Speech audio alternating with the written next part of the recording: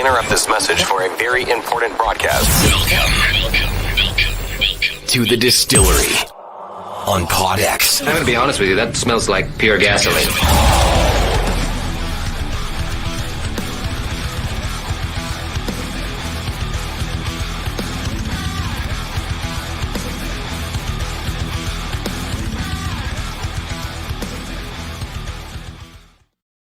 Yeah, buddy, I'm really excited for this episode of the Distillery. Welcome to episode 12, where today we're talking about one of my favorite things. Check it out. Look at this.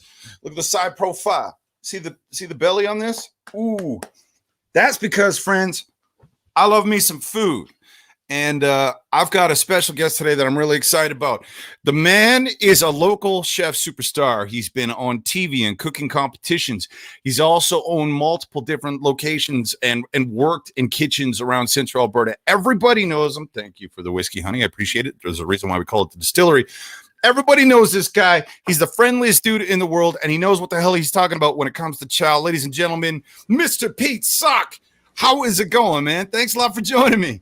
Oh, thanks for having me. It's going awesome. I kind of snuck out of the kitchen because this is happening. He's at work right now. I said I had to take a call. My son was calling me. So you ducked out to do the show, man. I really appreciate it. And we should start there, though. You've got a brand new spot. It's called what? The Boulevard Restaurant?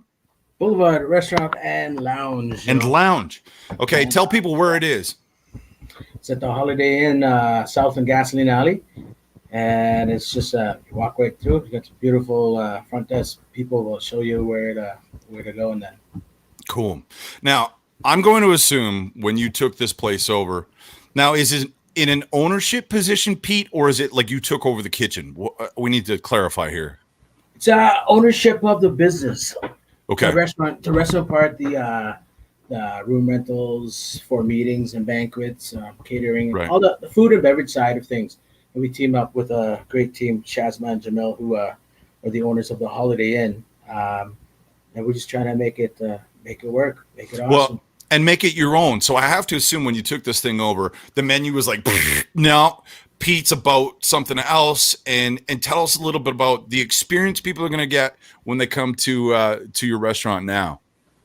Well, right now it's an elevated version of the cuisine that people learn from my family. We've been, 15, 20 years with that Southeast Asian cuisine. I'm traditionally, trained in French cuisine. So take some of the technique, get the Southeast Asian flavor into our cuisine where everyone who knows my family know the flavors. And then I mix it up with a little bit of classic and trending sort of dishes here. There'll be some like things you stuff. would normally find on any menu sort of thing, but maybe with your twist, I assume. Absolutely. There's going to be people who are just in a pattern of just eating the same thing. We'll give them some of that, but also give the people who knows me for my flavor and just kick it up. There's a yeah, and that's the thing is like when I hear the name Pete Sock. Because I've been to your places before, like my face knows what Pete Sock tastes like, and that sounds nasty, and I don't mean it like that. Yeah. Y'all get your mind out of the gutter. But like you come with your own style and flair when it comes to keeping, like you said, some of the obvious menu items that you're going to find, but also infuse it with your own style that everybody knows and loves. Now, you mentioned family, and your brother is also a chef in his own right. What's he been doing? I got a couple brothers. My whole family is like the whole deal. Yeah, tell me about the whole deal. My youngest brother, he's still running Bamboo Hut, doing a great job of it, and Bamboo Hut's in Sylvan. In Sylvan Lake. Yeah. Yes. So he's taking care of the people in Sylvan Lake. The Lakers, good stuff. And my middle brother, Spawn, he wants to call himself Spawn. I like that, man. He picked a stage name. Oh, absolutely. We all wanted to be rappers back in the day when we lived in projects in Ottawa, but clearly that didn't work out. So he's running the Blue Dragon in Red Deer in the north side, and that's where it all started with my eldest sister owning it probably, 20, 25 years ago. Oh, wow. I didn't know. Well, tell us, let's go back to where it started. You were Cambodian. Mm-hmm. Did you start Cambodia? cutting out a little bit there, brother. Were you born in? I think, yeah, I'm sorry, I'm missing a little bit of audio, but I think you asked me if I was born in Cambodia. Yeah. Yeah, I was born in Cambodia, 1979. And then I moved to Canada in 1984 and situated in Edmonton. And then slowly trekked our way down to Red Deer. Because I think a lot of our Asian communities back then, we were working at the upholstery place in Lacombe, making sofas and stuff like that. So they were there for a while, and that's where I went to school for my elementary year. And then we booked her off to Ottawa, go meet some of the family that was missing since the war. We reunited there. So you really only got about half a decade. Is this working now? Can you hear me? Yeah. Now it's awesome. You really only got about half a decade in your motherland. I mean, do you remember growing up there? Are there bits and pieces that stick with you, or not so much? The memories, like when I tell my dad, or not tell my dad, when I'm talking in front of my dad and my mom, I said, I remember this in Cambodia. Like, no, you're wrong, son. You don't remember crap from Cambodia. Right. Because you were born in 79, and our family walked about a year to Thailand because we're hiding in the jungle and shit. Yeah. Well, it's just during the war, right? The Khmer Rouge is happening. It's just kind of at the end, so they're looking to capture anybody trying to run or whatnot. So we knew that we had to get to Thailand. That's for hiding out? Hiding out, and I thought you knew this story, huh? It's crazy, but anyhow, when I was born, probably my parents had like a crew of about 30, 50 people. When I was born during the war, they're like, "Yeah, this baby is a annoying, crying little crap." So like our group of 30, 50 people went down to like 10. They're like, we're not going to get caught because this guy's going to cry. The soldier's going to find us. And we're all going to die. Oh, my God. Yeah, it was crazy. So you were annoying from the beginning is what 100%. 100%. That's I knew you were a heat scorer, man. I knew you were a heat scorer. No. But that's insane. That's crazy, dude. So what was... Historically, do you know what was happening at the time? Like, have you looked back and seen what was it, what it was all about? 100%. If you guys want to know a little bit about my history, one way of doing it through audio and video is the Killing Fields. The Killing Fields is the baby in the Killing Fields is me. The little girl walking around holding the kids and stuff like that. That's my older sister. And then, my parents. The ones working in a farm. That's my mom because they separate the ladies from the gentlemen, and I Stacy, and then my dad was in the army, so it was crazy. It was called the Khmer Rouge War. You came up from some crazy times, like that's nuts, dude. I knew you had some kind of past like that, but that's wow. It's chilling. Well, I mean, from that, your family is obviously very close knit. And does that still carry on today? I imagine it does with how closely you work together. The support I've seen just with your brother and with restaurateur stuff like that, I imagine you guys are just incredibly tight right now and probably will always be, Family's first, right? I think we get stuck in the business realm of things and we're busy and stuff like that. But anytime we get a chance to get together, we do. Obviously, it's hard right now with the whole. Oh, yeah. But and you got a young boy too, young boy. Is that right? How old? Yeah, he's turning 2 May 8th. Mr. Maximus Chan Sok. Nice. So with your hours and what you do now with a new project and stuff, that's got to be really difficult, man. With the kid, does the kid missing you? And also, what about the missus? Is she up your ass a lot about being away, or she gets it now? I can't do it. I can't do it without Melissa for sure. Due to circumstances and whatnot, she's not back working yet, but that gives her the opportunity to, hang out with Maximus more. And, I get tears in my eyes thinking about this sometimes, but, I got to do it now. I got to do it for the family. I got to do it for the people. I see, on a work day, I see Max maybe for about an hour, half an hour in the morning. We shoot some hoops. And at nighttime, sometimes Mama Bear let him stay up, or he just doesn't want to go to bed, wait for Dad. hang out with him for a little bit and shoot some hoops again. And I personally, we're not open on Sunday and Monday right now because I need that time. I've been doing this for so long that I got Good for you, man. You know what? People can wait. People can wait till like during the week or like a Saturday. That's, you know what? And you're right. You got to take care of your head. You got to take care of your family, which is a lot of times part and parcel with each other, right? So you're taking care of your family. You feel good about yourself. And as a father myself too, man, like I know how quickly it goes by. Mine is 22 now. Like, dude, so bro, I'm going to tell you, like, enjoy the years while you can, because before you know it, like there comes an age where, like, I think it's around 12 or 13, especially with boys. They're fucking gone. They're vanished, man. Because now their friends are their life. You're not their life anymore. That kid's gonna get hurt if he does something like that. He's gonna get hurt. That's right. You know, like he's like I was thinking about this the other day. I was like, by the time he's 18, I love the party when I can. I really want to take him to the clubs, but I'm gonna be like almost 60. I started late. I was too busy. With restaurants and having children from the restaurant.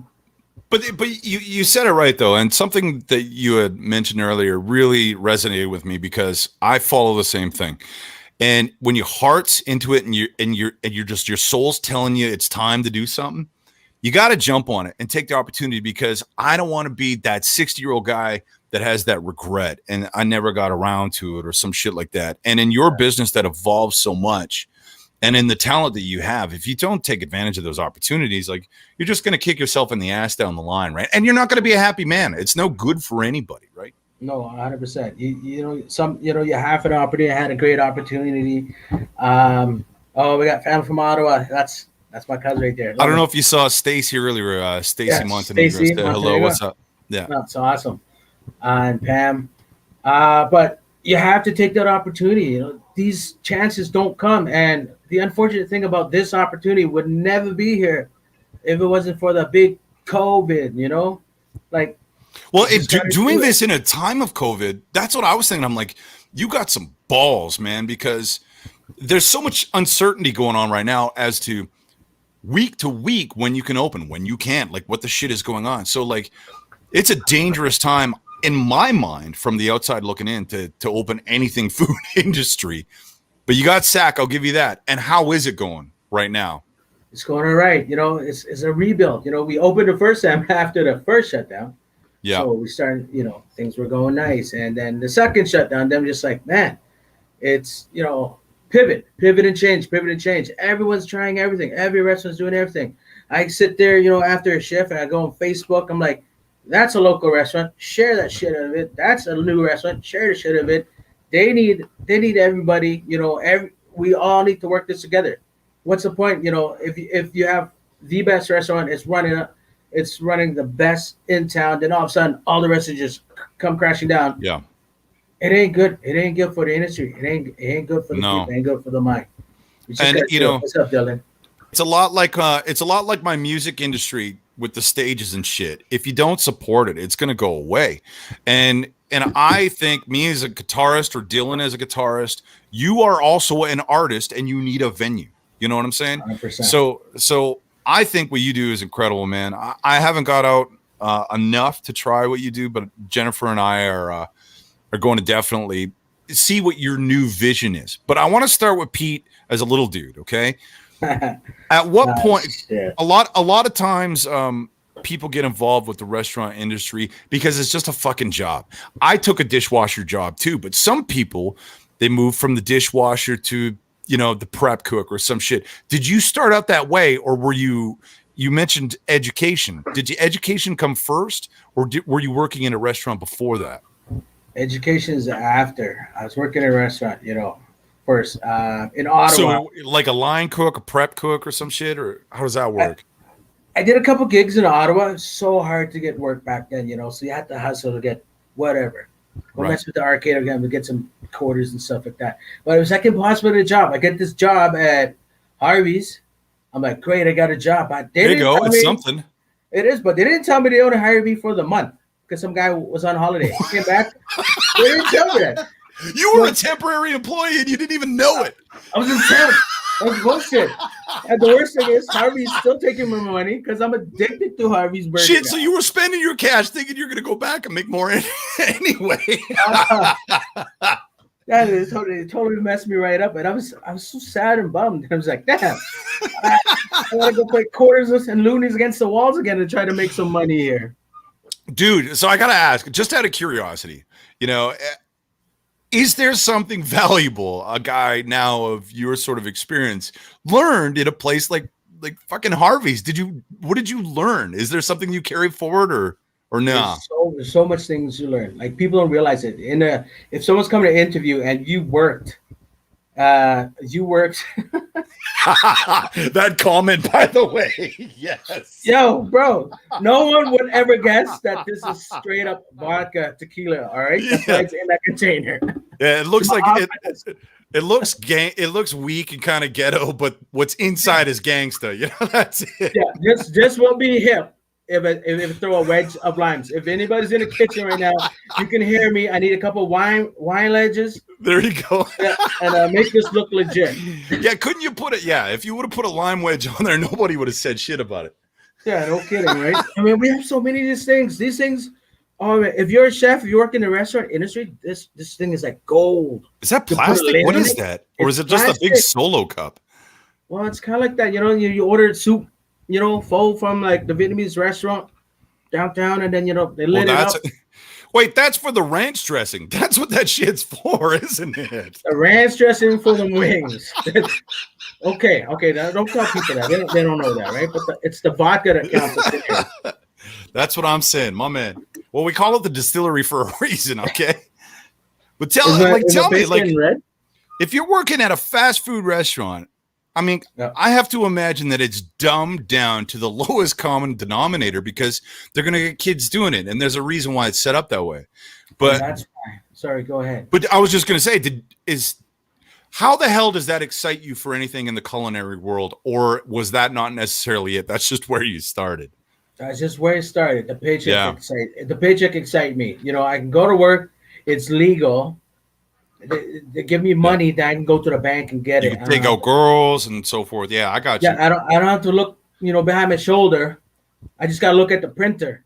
And how old were you? I think we're about 15. I want to say 15. Wait, you waited till you were 15 to get a job? Come on, man. I couldn't get a job. That's the problem. I worked doing other stupid shit. Okay, I don't know the auto people watch it. We used to go after it rained at like 5-6 a.m. in the morning, go catch worms.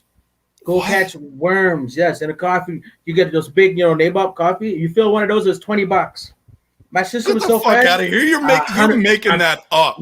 That's not real. Like, if my sister's watching, that's tell not you real. The truth. That's 100% real. And then fill up one of those nabob coffee thing. One of it's $20. But these Asians doing it, they were so good at it because they could squat, and I can't because when I squat, I fall over. Like, especially now, but back then I was skinny, I was sexy. But they're grabbing worms. I went with my sister. We got these headlamps on. Yeah. It's damp. There's worms everywhere. But my sister's grabbing a whole bunch, and she grabs it and she puts it on the side, so she doesn't have to put her hand in the bucket all the time. I thought it hit jackpot. I ended up taking her stats that she put on the side, and she's like, "Where's my worm going? Where's my worm going?" And then she finally caught me.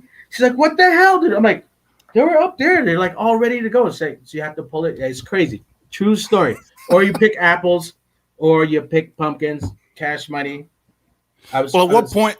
I mean, that's it. It starts out with the cash. But at what point did you think to yourself, I'm going to get into the culinary world, and that's where I'm going to make my money. That's how I'm going to do that. Or did you float into the industry going, I'm not sure, but I'm going to try it out and we'll see? Or were you very confident from the beginning? No, it wasn't culinary. I was confident I was going to be a businessman. I did the commerce thing. Oh, okay. Yeah, I did my. I didn't say I did my BCom. Yeah, I should say I tried to do BCom, and then there was like macro economics, supply and demands, blah blah blah. Oh, I'm like, God. Just give me a tie, give me a suitcase, and then the keg I worked at did that for me. Right. Yeah. So I went in there like one of my best friends, Shane Shinkin's mom. Because Shane Kid actually supported me for about a year after high school, graduating at comp.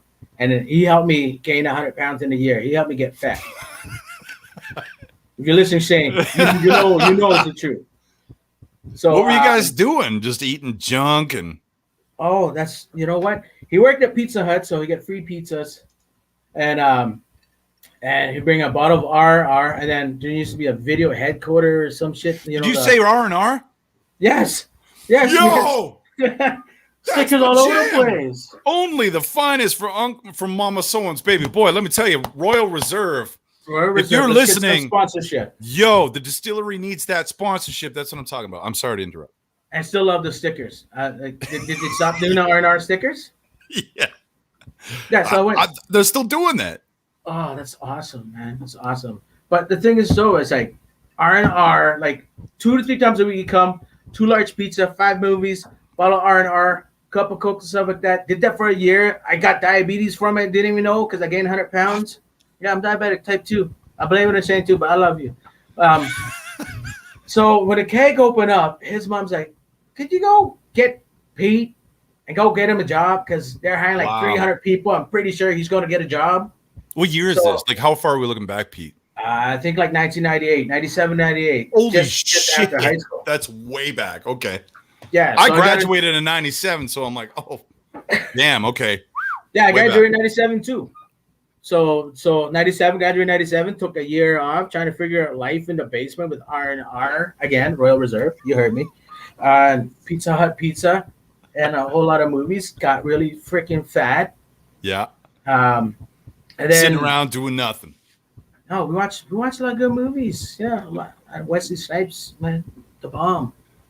Well, when I met you at the keg, because my wife was working there. Yeah, you were the guy, but you obviously like what's the starting job for some schmuck off the street like at the keg? Like, what are you just making mashed potatoes?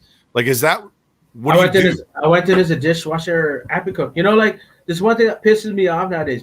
People are so goddamn picky about work. When you don't have a job and you're trying to pay for shit, just get a job first and then figure out the rest of the shit after. Preach on that. Yes. No, I don't get it. Like, because before I'm sitting there, like, you know, I think James, like, I'm not bringing the R&R anymore, man, you know? So I was like, oh shit, I gotta make some money and get my R&R. Yes. Right. So his mom, again, I got a job as I didn't know what I was going into. They're like, you want a job? I'm like, you sure? They're like, what do you need your job for? Beer money.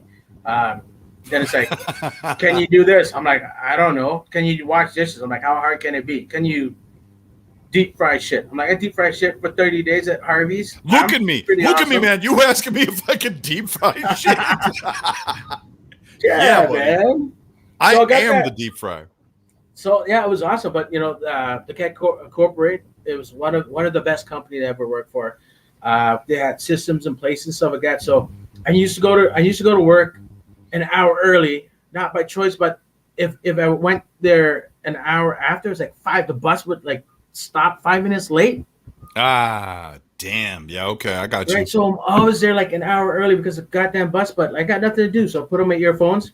I read all the manuals at the keg because I was bored as shit, trying to hype up, getting ready. Manuals about what?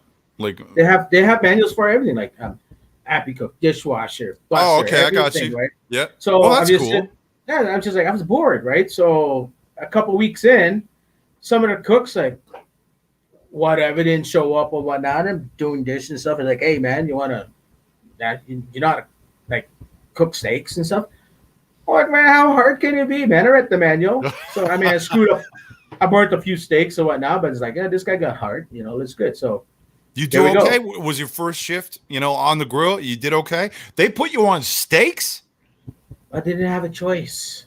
Damn. It's Talk like, about okay. literally being thrown on the fire for that. That's amazing. It's all good. You're Albertan, and you have to know how to use a barbecue, right? So, damn right. Yes. But back then, I didn't know how to eat steaks because during orientation, they were making a meat and rare and stuff like that. And they said, oh, how do you like the steak? I like it no damn blood, man. I like my steak cooked. So that's like my first experience. And everyone was just like, giving me the dirty look. I'm like, ooh, what's up? I'm like, what? What's that? I thought that was a thing, right? And then after a couple of weeks, I'm like, yo, you telling me you were a well done guy? Was there a time in your life you were a well done guy? I had to, man. I didn't find that food in for Cambodia. shame. Come on, No. man. Oh, you gotta listen to the story. If you're from Dude. Cambodia back then in the war, you had No. to cook that shit well done to kill all the bacteria.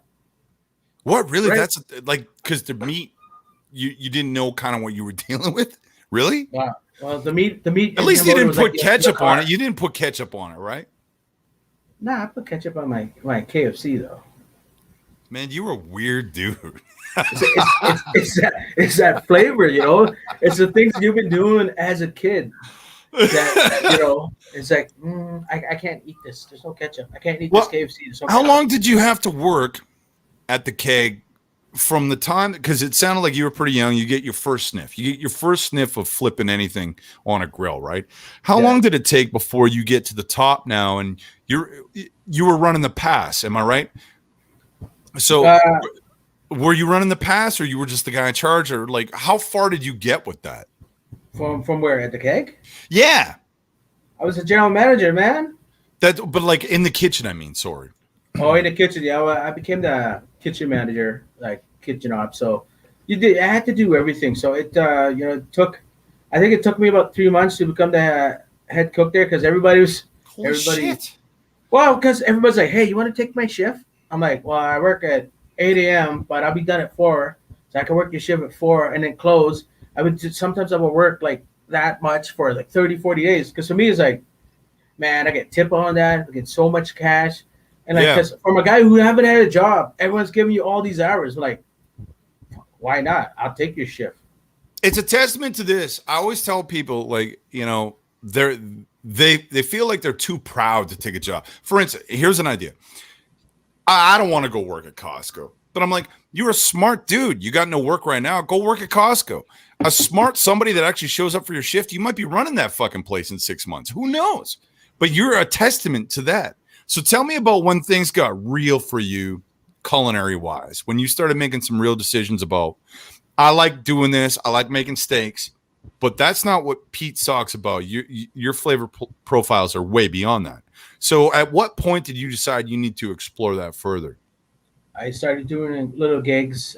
People came in, became regulars at the restaurant, and then it's like, hey, you know, one of the managers there, he did some Italian food, and I said, Pete, you want to come and help me out to this gig at someone's house? I did this catering at the house, and they Like a private up. catering thing, right? Yeah, for private catering, and they stood up, they were clapping, and they're like, I saw them, they were so happy. I was like, man, food does this shit to you? Like for me, like food make me survive. Like, you know, when I'm starving, I eat to live. And then I learned that now you live to eat. Like for me. But back in the days when we were in war in the refugee camp and stuff like that, you eat to live. Then you get That's yourself crazy. Like you can remember that. But it's true because I think even in those sorts of dire situations, food to fire is still something primal in us all, that there's like a hypnotic to it. There's also a flavor to it. I think you can agree. You know, there's a reason why flame broiled is an advertising aspect anymore, because there's just a part of that people still yearn for regardless. I think there's just a primal nature to it. So it's amazing. Where did you go to school? Was it here in the province of Alberta? Did you go somewhere else, or? Yeah, it's funny because a lot of my friends and my family are like, "Wow, you're an amazing cook, you're an amazing chef." And to me, you know, I like to think of a smart guy. I like, it's your family, it's your friends. We all like to think we're smart guys. It's like I think it's a little bit biased, you know, coming from your friends, your family, people that you work with. So I'm just you're not wrong. Yeah, so I'm like, let's see what I can come up with. I just start doing some research, and then I find that Le Cordon Bleu was a pretty nice school, and I checked how much it was. It's like, holy shit! It's like it's the price of a degree to learn one style of cooking. So I had to sell all my shit. My Porsche. Sell what? Like, what are we talking about? I had a Porsche back then. I sold Porsche. I sold part of my house, and I got out financially at the Blue Dragon, where you know I was involved financially. But you know, I came back debt free. I had more money, but whatever, it's worth it. The investment was worth it. I went to Le Cordon Bleu in Australia.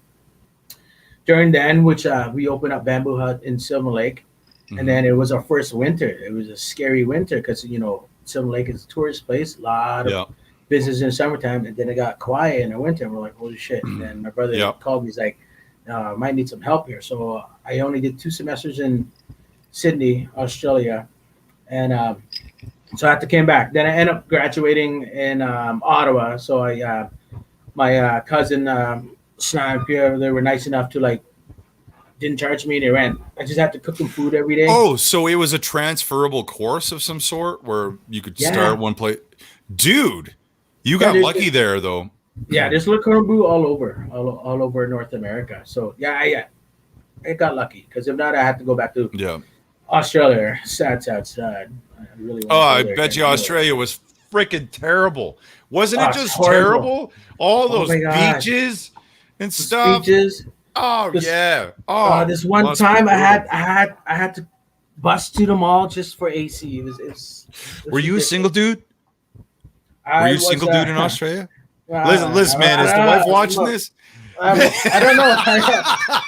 Well, oh yeah, you're a man of culture. You're a man of food, and you can maybe treat a girl right. You got a couple dollars. I'm just saying. This is live, right? So she. Oh yeah, this is live. I don't know if she's watching it. I'm not sure. But I was seeing someone. I tried to break up with my now wife before I left. I honestly I did. We took her to one of the local restaurants. I think it was Mojave Grill. Had a nice dinner. It's like I buy dessert. It's like, baby, I love you. Do you want to break up? Because I don't want to stop you from finding the right man. Stuff like that. And here in my head, like, you're so poetic. I was like, just a lot of bikinis. It's like summer season. The Gold Coast on that beach. But you wanted to do right by her by knowing that you're going to be out there. She stuck it out, and that's what kind of I think that's what made me realize like that she's a good girl. You owe this girl, man. You owe this girl for sure. Owe her for a lot of things, What was your first restaurant, Pete? When you finally got a chance to be like, what was your first opportunity to be like, I now have the opportunity to make a menu and create my own flavors and my own experience? Where was that? When did that happen? Well, the first restaurant that we own didn't give me that opportunity. We just kind of did it because my sister had it, and shit. I love you, baby. Your old lady's listening. But no, my sister, she had her youngest daughter, and she's running that Blue Dragon with her husband, and then it just got too hard, right? She's an amazing chef, amazing cook, and sometimes that's right now it's a concern for people who want to open a restaurant who doesn't know different aspect of it. There's a lot of things I'm still weak for being a restaurateur, and I'm gonna go to school and learn some more. But you need like business wise or like in the kitchen. Like what do you mean? Everything. Oh, for me, all of it. Yeah.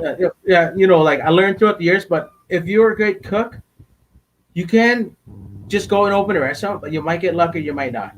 Right? But you need all the other stuff, like the bookkeeping. What do you mean? Okay, I want to know about that, Pete. So when you're opening a restaurant and you got the skills, you know what the fuck you're doing in the kitchen. That's like probably a very minimal part about running a restaurant. There's probably like promotion. There's so much marketing. I mean, there's the numbers. There's the numbers game. I mean, I understand. And tell me if I'm wrong. That the margins, the profit margins on the restaurant industry are probably the tightest they've ever been. Like there's no room for error. So even ordering product, like anything that goes in the dump is just mad cash going down the toilet. Is that a correct statement? Oh, 100%. 100%. You got to be so smart about some of these stuff right now. You just got to be so magical with what you do with some of these ingredients. You just got to find ways to like use every inch of it. If not, that's money. Let's talk about some of your ingredients. I want to get into what Pete does as a chef. Okay, I want to talk a little bit about what you do and why you do it. Now, you describe yourself personally as your menu as being a Cambodian fusion, but I want to know a Cambodian fusion with what? Is it what we talked about earlier about what we have already, or a Cambodian fusion with something else that maybe I haven't picked up on? This Boulevard is a little bit new. Like you said, I've been here for a while. People are starting to know me, right? So now I'm gonna make my shit. It's like, for example, Canada, poutine. We know what it is, Yep. right? But just yesterday, I made a tom yum infused soup five poutine. My soup five is essentially wonton with tom yum broth, coconut sort of flavor and whatnot. I turned that into poutine because that's me now. Yeah, don't be calling it poutine, man. I'm just saying, but I like what you're doing there. But that's a cool angle on taking something that's already existed for so long, and its general simple structural elements, and then adding your own thing to it. So, for instance, one of the big they're very popular right now is the tomahawk steaks, and actually, we were giving away a pile of those the other day on the station I work at. Tell me, when it comes to beef. You served, I will never forget this. I was at Sophia, which is closed now, but Sophia restaurant, when you served up my wife and I, you gave us these beef rib, and I don't know what the crap you did with them, but they were like little beef sort of popsicles with the meat on but the flavor profile of those were fucking amazing. So tell me a little bit about what you do with, like soy. There's the lemongrass that I've talked to you a lot about. Yeah. Is lemongrass kind of is that your signature thing that you do a lot, or is that just part of the Cambodian food that I'm not used to? Lemongrass is my crack. That's your noise. Okay. Yeah, no, I'm saying like lemongrass is my crack. Does it not go on anything, or does it literally go on everything? It can be used anywhere. Like, you think about it, right? Lemongrass, like in North America, grass is everywhere, right? So now you have a lemongrass, kind of like a fruit. Yeah, it is. It grows like It's another. Yeah, you know. And you know it. But you get that lemongrass is everywhere. So like when I was in Australia, like this I remember because it's hot, beautiful, parrots everywhere, walking by, and then I smell kaffir lime leaves, which is kind of like the lime. And then I'll walk around and I smell lemongrass. Just that stuff's growing everywhere. So when I go visit Cambodia and whatnot, that stuff is just everywhere. So the lemongrass is kind of like a citronella aromatic. We use that stuff in almost everything, in curries and marinades and stuff like that. And it's very healthy for you. Wait, so Cambodians do curries too? Yeah. Is that right? Yes. Curry is just a blend of herbs and spices, my man. You know that. Shit. I mean, I always thought curry was specifically because of the seasoning and the origin of where it came from. Shit, see, I'm learning something now. That ain't right. So it's different than that. And when I went to school in Australia, I lived with some awesome people in Australia. They were called like my parents and stuff like that. They had a curry tree. There is such thing as a curry tree. I don't even know what that looks like. It's a tree that have branches and the leaves.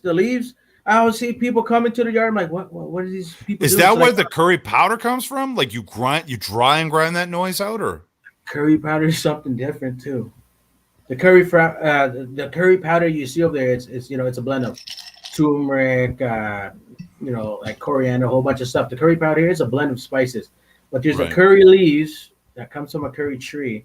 That's Indian cuisine, and then there's Thai curry, which is kind of like curry in Asia is a fancy word for pesto, like it's like pesto in Italy. It's a blend of the spices, and then there's different version of it. So when people go to experience your menu that you have now, are they going to see some of that, like some of that your side of curry on it, or? What are some of the signature dishes that you would say, I'm really proud of this, and I would suggest that you try this if you come to my restaurant? What would those be? Well, that the Superior Bowl has been super famous. It has those beef skewers that you had. Those beef skewers are very traditional. You know what the ones I'm talking about? Yeah, dude. Yeah. Right. Yeah, just, man, are they good. We marinate it, and we have our family special lemongrass blend. So when we say the lemongrass mix, it's not just a stick of lemongrass. I love that you say it's your family. Like, it's a tradition that you've always made it that way, or is it something that came later that you just share and you kind of keep to yourselves? Or is it something old school? It's like old country. It's old school. It's old school. The ingredients is the same, but each family say for instance you had a bigger Galangal farm or whatnot, so you end up using more Galangal. Sorry, a what farm? Galangal. It's our word of the day. It's the brother or sister of the ginger. Galango farm. Did I say that right? Galango? Galango. Galango. Listen, I'm a Cree man from Alberta. I'm trying to keep up. Okay, I'm sorry. You go ahead, Pete. No, it's Galango, baby. It's Galango. It's I know calico cats. Like I know calico, not Galango. But I'm learning, and I appreciate that. No, 100%. No, like when you say like if you had like turmeric or whatever it is, each family in the farms, what they're farming and stuff like that, will have their own ratios and stuff, and sometimes they'll take stuff out of the mixture. But our family, this is kind of like our spring rolls. Our spring rolls is our family recipe, right? Mm-hmm. Everyone makes spring rolls, but you have your little secret and your mixture and stuff like that. And it's my family. Started off with my mom, my grandma, and my sister. And then I love that. So when we taste your food, essentially we're tasting a bit of history from you, not only you but your family, right? Thanks, honey. Of course, 100%. Appreciate I got a fresh one. Where's these guys in the kitchen? They must be super busy because they're not bringing me limes for my vodka, or they're not listening for your water, right? A good vodka tastes like water. I want to talk a little bit about Cambodia, though, too. I saw your wedding photos, which were incredible. I creeped your Facebook page. And sorry, the first wedding or second? Sorry, babe. You know what I'm talking about? The second one. Come on, man. Come on. You didn't have to mention it. I was trying to. Anyway, but like the one in the Aladdin outfit. Yeah. Oh, that one. Tell me a little bit about what it was like. Where is your wife from? Is she from Edmonton? She's from Hannah, BFF. Hannah, Alberta. There it is. Have you taken your son back to Cambodia? Have you gone back? Was your wedding in Cambodia, by the way? My arranged marriage was. No, what about the second one? The real one and the only one, babe. That's right. Yeah. No, it was at Clearwater campground with some nice people, Randy and Marion there. And that's why when you look at people's Facebook photos, you can't see the timestamp. Look at the timestamp. You got to look it up because now I'm embarrassed. I'm sorry to bring that up. But has she been back? Have you taken her back to experience the culture and she loves it. We took her there. No, this shit was crazy. There was a blonde, beautiful girl sitting on a moped. We took her to the farm. So she's getting dubbed by one of my nieces or my cousin. We drive right into the village, and necks just start twitching. They're like, what the? They're like French girl. They're yelling it, and I know what it means. And my wife is just what does French girl mean? What? Why would they say that? It means like white girl. White girl. Yeah, okay. But translated into English, it means French girl because we were colonized by the French people. I got you. Okay. Yeah, this shit just stopped. We went into an outdoor market. Everyone's hustle and bustle. 1,000 people chopping fish, snakes, flying. You want to buy gold? You want to buy this? Melissa walks in. What? My wife. So she's advertising that she's a tourist, is what you're saying? And people are trying to sell her shit nonstop? No. Then he saw her. Everything just stopped. And everyone's just like, oh my God, she's so white. She's so pretty. Oh my God, is that a desirable thing? Is that a desirable thing like in Cambodia? I know in some cultures, especially in I think it was it Vietnam or no? I think it might be China. Want to be white. A blonde white woman is like, wow, like that is just that's what they thrive for. I feel like it's so opposite. I feel like everybody in Canada want to be dark. Everyone in Asia. I know my ring light is making me look white, but I'm gonna say us dark indigenous type brothers. I mean, I can't help it if we look so pretty. I'm good. I'm all right. I'm waiting for the comments to light up and just be like, nah, bro. Like, nah, you know better than that. They're like politically correct. Should I type it? Should I not? I wanted to do a presentation during this show and I couldn't sort it out because it was copyrighted stuff. But I went and I took a tour of Cambodia through a 50-minute video of the 10 most amazing places. And I got to tell you, man, The poverty side of Cambodia is real and it's heartbreaking. There's parts of that, but the history and the general openness of your country is fucking amazing, dude. It is one of the most beautiful things I've ever.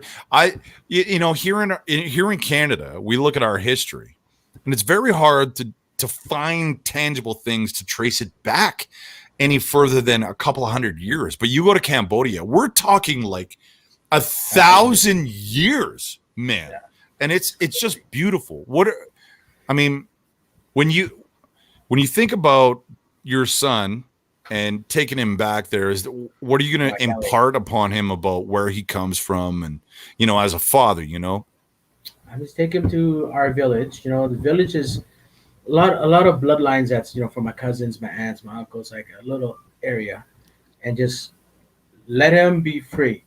Right, the kids are running around barefoot, playing with scorpions and snakes. It's crazy. Like it's like getting dark, and Melissa and I were like, "Ah, shit, tarantulas!"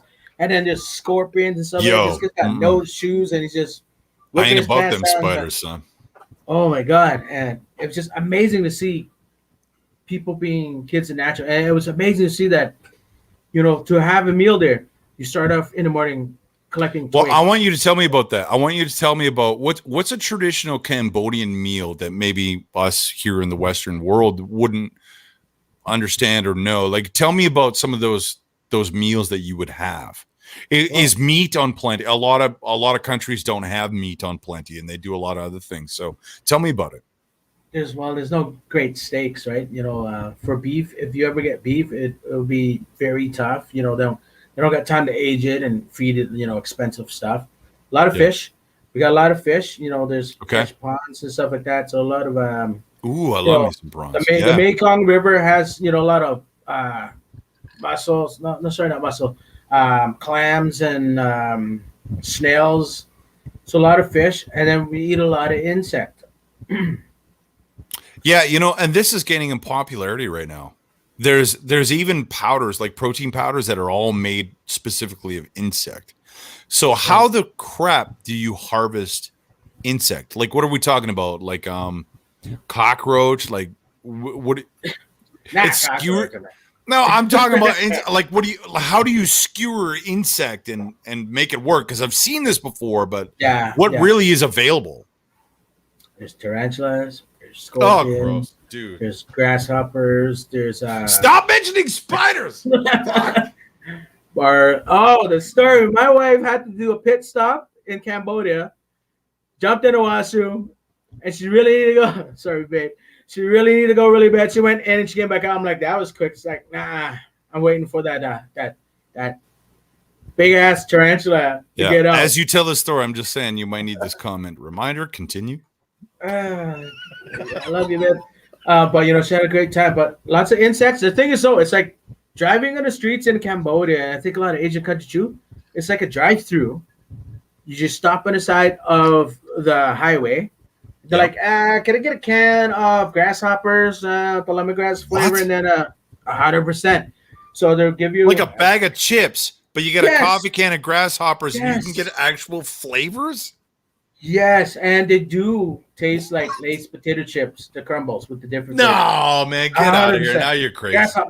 Grasshopper, 100%. You know when you get to the crumbs of the bag of the chips? I trusted your palate until you said that. By the way, man, you ask anybody, it's so good. Like, some of the craziest stuff is beetles, water beetles, and stuff like that. That stuff is crazy. I had to close my eyes to eat it, and then when I did eat it, it was delicious. But it was weird. Water beetles. It was so hard, and then I just kind of open it up and pop it. Yeah, it's amazing. One of the things we haven't touched on is your superstar experience that really exploded your name for the country, which was Chopped Canada, and you were on there with your brother and you were competing. So tell us how it worked, because you guys were paired together to begin with, but it didn't necessarily end that way. Tell us about the process. Did you just apply randomly just to see? And then, like, how did you feel when you got chose for this sort of thing? It was kind of like a joke, because it was a charity event called Slice Red Deer back then. Right. like a knockoff. I went in there and I won that one. And then Twitter was big back then, and all the social media is like, Pete won in Red Deer. He should be allowed to go in the Canadian version and whatnot. And then because Chop gave the rights for these guys to do this videos, and then they said, okay, yeah, we'll look for his resume and or application. I put in an application. I went to put in an application, and then my brother tells me, "Yo, I'm applying too." I'm like, "What, dude? You're not." I'm like, "You're not even like." Yeah, like, come on, man. Let me have mine. You know what I mean? Yeah, I know. I'm like, I went to school for this. Man. I paid like $6,000 for this shit, and then Danny be like, "Yeah, screw your schooling. I'm gonna get you." I'm like, well, he want to beat you. That's what it is, man. Danny, that's a brother thing. Danny wants to outcook you, but in this case, you ended up as partners. Not necessarily partners. We end up on the show together, but the show everybody, together. yeah, everybody was for their own. And ideally, best case scenario was like 1 and 2, right? You know, obviously Right. 1, but 1 and 2. But it just worked out the way it is. And that thing, I swear to God, I thought it was edited. I thought to give you more time because you watch the show, the plates come out so nice. Everything just kind of finished. And so I kind of went in there thinking that, and I was dead wrong. What do you mean? Because I thought the same thing. Like, I'm thinking, yo, they cut away, like behind the scenes, right? They cut away. You get to plate your meal real fancy, and you're wiping all the edges and making it. It ain't about that. Like, they literally just shoot whatever the fuck you put up. They're gonna camera that shit. 100%. The clock starts, and it does not stop. And the thing is, though, it was hot as hell. It was hot as hell. You know why? They had like 20, 30 cameras. And that's how they got all the equipment, right? Like what, six flame stoves or some shit. And like, am I right? Like, it's like the biggest mass kitchen, and you're just standing in basically hell. And the thing is, though, like, we turn everything on because you don't know if you're going to need it or use it. You only got like 20 minutes to make something. Your fries got to be full blast. But tell us how it worked. For those that have never seen the show, how does it work? Do they just give you, is it like a basket of ingredients, or is there a specific goal, or how does it work? Okay, so there's different stages. The first round is the appetizer round, and then there's the main round, and then there's the dessert round. And it's do or die. So if you get knocked out, you're out. You're out of the contest. They give you a basket of, I think it's 4 ingredients. And then you got to showcase that in a timed event. So I think the first round was 20 minutes for appetizer, and then the rest was 30 minutes each. So it starts and you go. So to give you have your equipment, you can bring your knives. There's a pantry for you to use. There's everything. That's the coolest part, though. That pantry has fucking everything. I don't know how they build those, but it's awesome. Oh, it's amazing. But the problem is, if you don't remember where it is, I was running in circles looking for freaking sugar. Yeah. Okay, I got you. But at the end of the day, it came down with you and your bro, right? Yeah. Well, my bro made it to the second round. And then it was called Bro Down Showdown. So a set of brothers versus a set of brothers. I mean, theoretically, there's only one winners. But we're like, we can't go home first. Like, this guy that we beat out, I think he worked a 3-Michelin star work at a Gordon Ramsay restaurant. He was like looking at me chopping his knives. Like, why are you staring at me, man? And then he was throwing the heat down, like he was trying to eyeball on you a little bit. Like he's throwing a little aggression your way or some noise. Yeah, I wasn't focusing on that shit. I was just focusing on the sweat. Chef Gangster was like, He's like, I'm gonna take this. But the funny thing is, those guys are from Ottawa too, and that's where I'm originally from. All right. There's no love, man. There's a competition. There's no love about that. I was just focusing on the sweat and praying to God that it didn't fall on the plate, because it's game over. I was sweating. I was like, one drip. They'll slow on the show.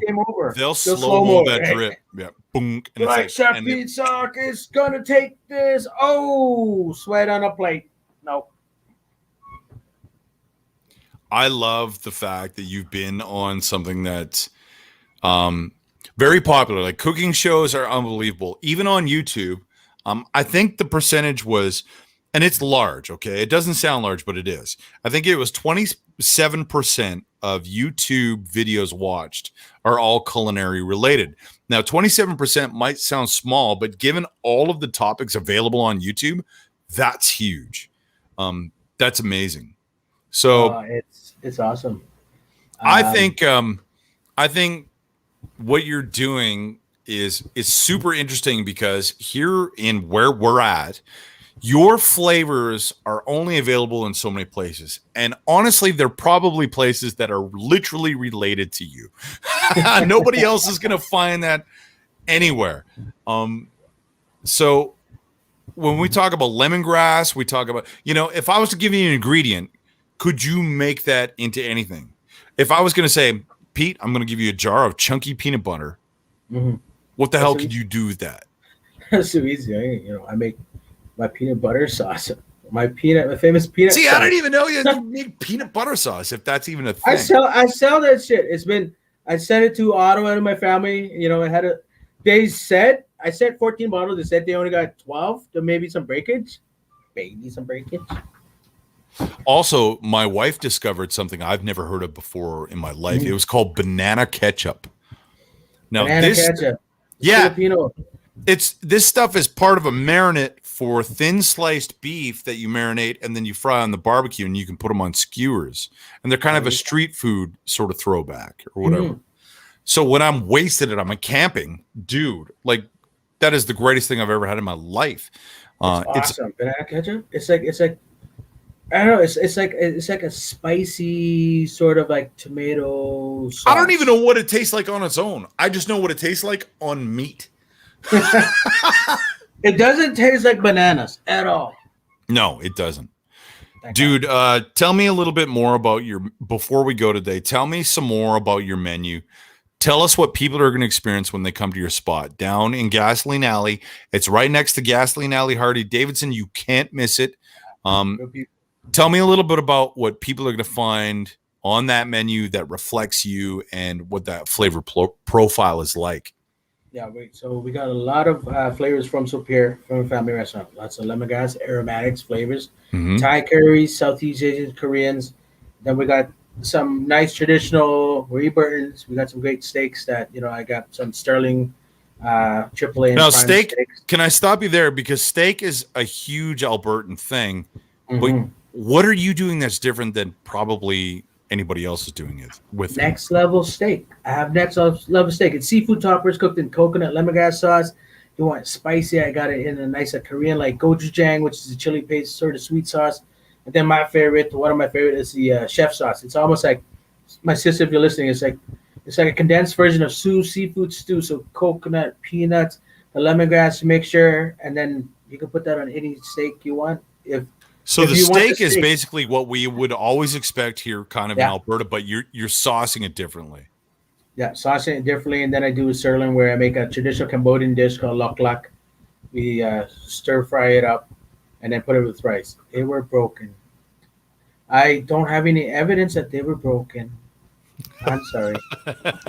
We just made another couple batch of peanut sauce. It's been so hot. We haven't been able to keep it stocked, but I'll get some to Ottawa here pretty soon. I got to ask you a question, Pete. You're such a personable guy. You're such a knowledgeable dude at this point, and you're very good at what you do.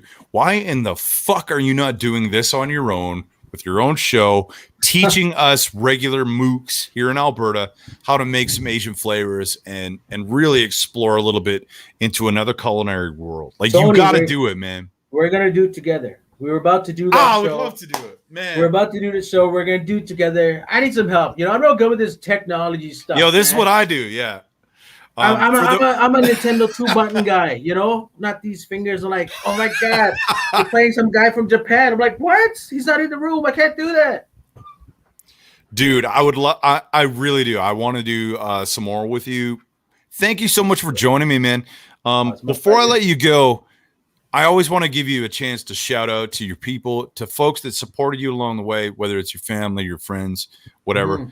You go ahead, man. The forum is yours. It's all about you. Thank you for everybody who's tuned in. Thanks my staff for hopefully not missing me too much when I get back there. hopefully I don't got to deal with some stuff. My wife, Melissa, and my son, Max, you put up with my shitty schedule. Son, I promise you, I'm doing this now so we can spend more time later. And all the people along the way who believe in me, who still follow me, I love you guys. Thank you so much. We'll see you again. Love it. Thanks a lot, Pete. I really appreciate you tuning in for the show. Honestly, I could talk to this man for probably 4 or 5 hours and just riddle him with questions and culinary stuff nonstop. The history is interesting.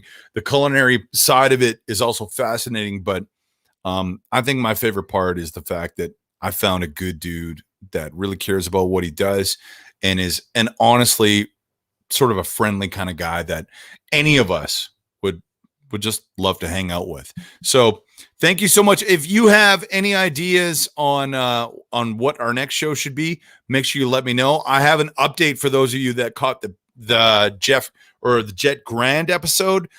He has actually just went pro and signed his first professional fight in MMA. And I'm going to post that link up on our X Marks TV page. For Pete Sock and myself, thank you so much for tuning in. And of course, one last thing, please do me this favor. This helps us a lot. On YouTube, give us a like and a subscribe. Next time on The Distillery. Hey friends, we're looking for our next guests on The Distillery. You know somebody that would be great for a show, or do you have a great show idea? Email us at xmarkstv@gmail.com. And who knows, maybe your show idea will be the next episode.